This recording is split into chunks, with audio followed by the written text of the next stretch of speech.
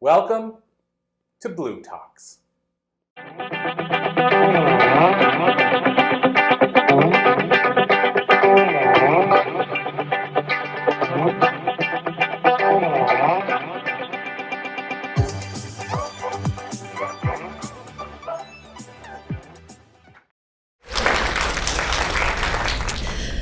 Hello, Blue Talks Calgary. It's great to be here today. I'm here today to share 3 items with you. 1, poverty consciousness versus wealth consciousness. I'm going to share with you how our stories get trapped within our bodies, and I'm going to offer you a very simple, easy technique, 4-step process that you can begin using today to help change your mindset. So when I was in my early 20s, I was a single mom and I had 2 young children. And I was being shown the story through society of how we need to be a specific parent during the Christmas season. So it was late November, early December, and I was probably out of a women's shelter for about 6 months. And the job that I had at that time, I only had 1 paycheck, and that paycheck was at the end of that month. So I knew I was not going to be able to afford the Christmases that you hear about and what we're conditioned to believe that we need to give our children. So I swallowed my pride and I decided I was going to go to the food bank. Because the food banks during this time give you not only food, but they give you gifts for your children. So as I was driving, getting closer to this location, I started noticing my surroundings more. I was more aware of where I was. And it was not a good part of town. The town was quite run down. I drove closer and I could see the building coming up on my right-hand side, and it too was very run down. It was an old brick building, it was dilapidated, and there just was not a good energy around that. The other thing that I noticed around my surroundings was that there was a long lineup from that building already 2.5 blocks out into the streets, out into the daylight. And so again, the emotions that come are humiliation, shame, fear, guilt, and I was scared that people that I knew and worked with would see me. But, you know, I was a mom and I needed to do the best that I could in the eyes of my children and in my own eyes as what we believe we have to do when we're feminine.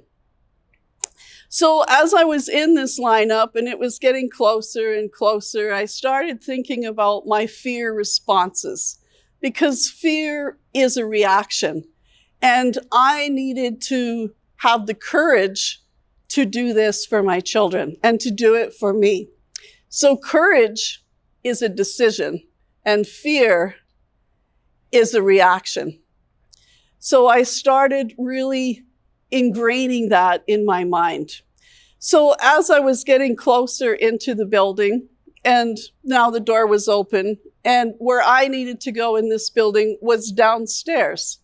It was not well lit, it was very dim, and as I was going down the stairs, and I was quite near to the bottom, I heard what sounded like water running, and I couldn't figure out what that was.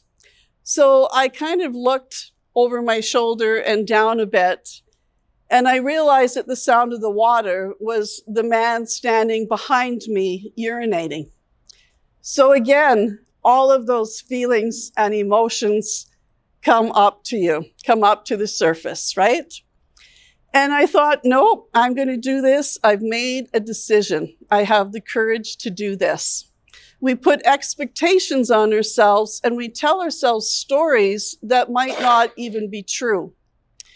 So when I get closer, I now have a number and I'm known as a number now. So I've lost my identity as a name and it's number 42.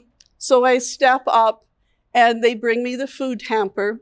And then they go back and they come back with an orange garbage bag. In that orange garbage bag were the toys for my children that year.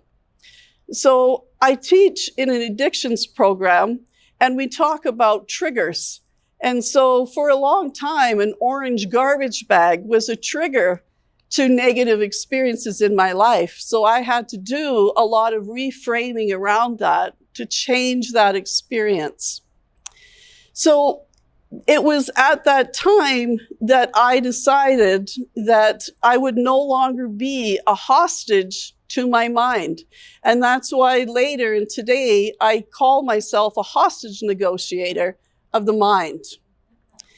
Because even though that experience had defined and shaped me, there was a lot more generational stories that had happened before that, because I was born into a family of poverty, addictions, and abuse. And so I had now developed a poverty consciousness, a poverty mindset. And so what I had realized was that I was trying to build a new life, but I was trying to build that new life by standing in the old experiences. That's why my life was not working. I had to learn how to move and shift into wealth consciousness. So poverty consciousness can come from those experiences in your life where you are limited with your money, but you never need to be limited with your thoughts. And this is what we need to keep telling our youth and our young adults and even ourselves. You are not the experience that happened for you. You are more than that.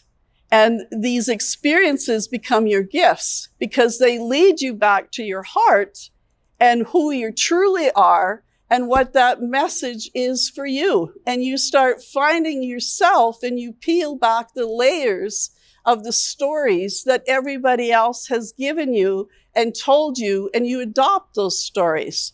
And that is why life can become very difficult to get through, to find that end peace, to find the happiness, to be able to find the gifts that I knew that I always had, such as speaking here today. So the other kind of poverty consciousness comes from when we forget to take away our ego. When we define other people and we look at people through the lens of our own titles. And then we stop seeing the people for the beautiful individual gifts that they are and that they're bringing to our lives.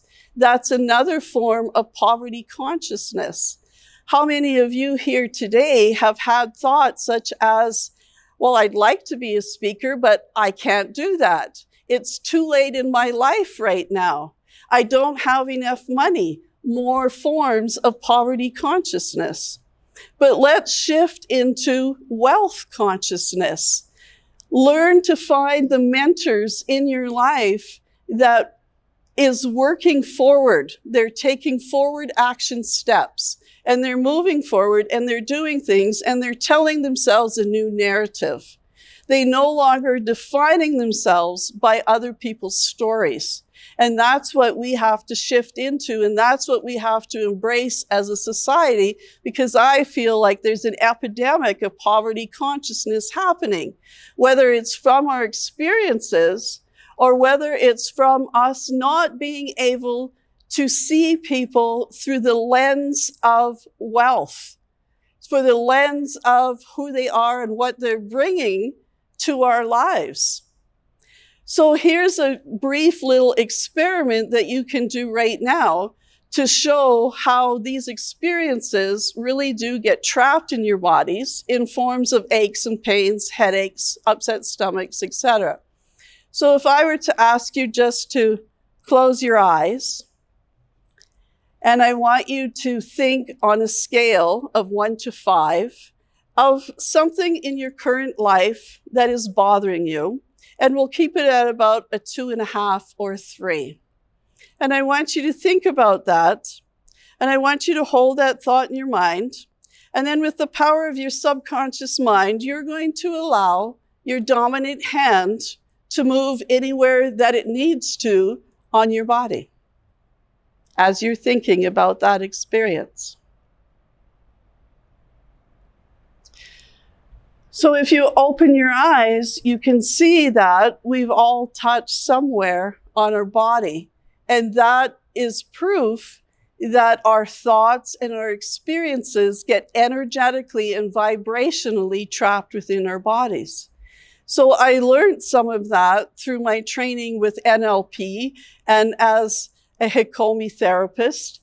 And there are many ways to loosen up that vibrational energy.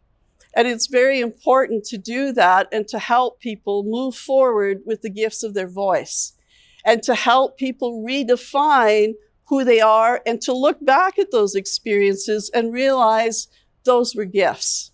Those were beautiful gifts and to embrace them. And all those feelings that I felt when I was at the food bank, they were so powerful and they moved me forward to be here today. And I'm so grateful for that.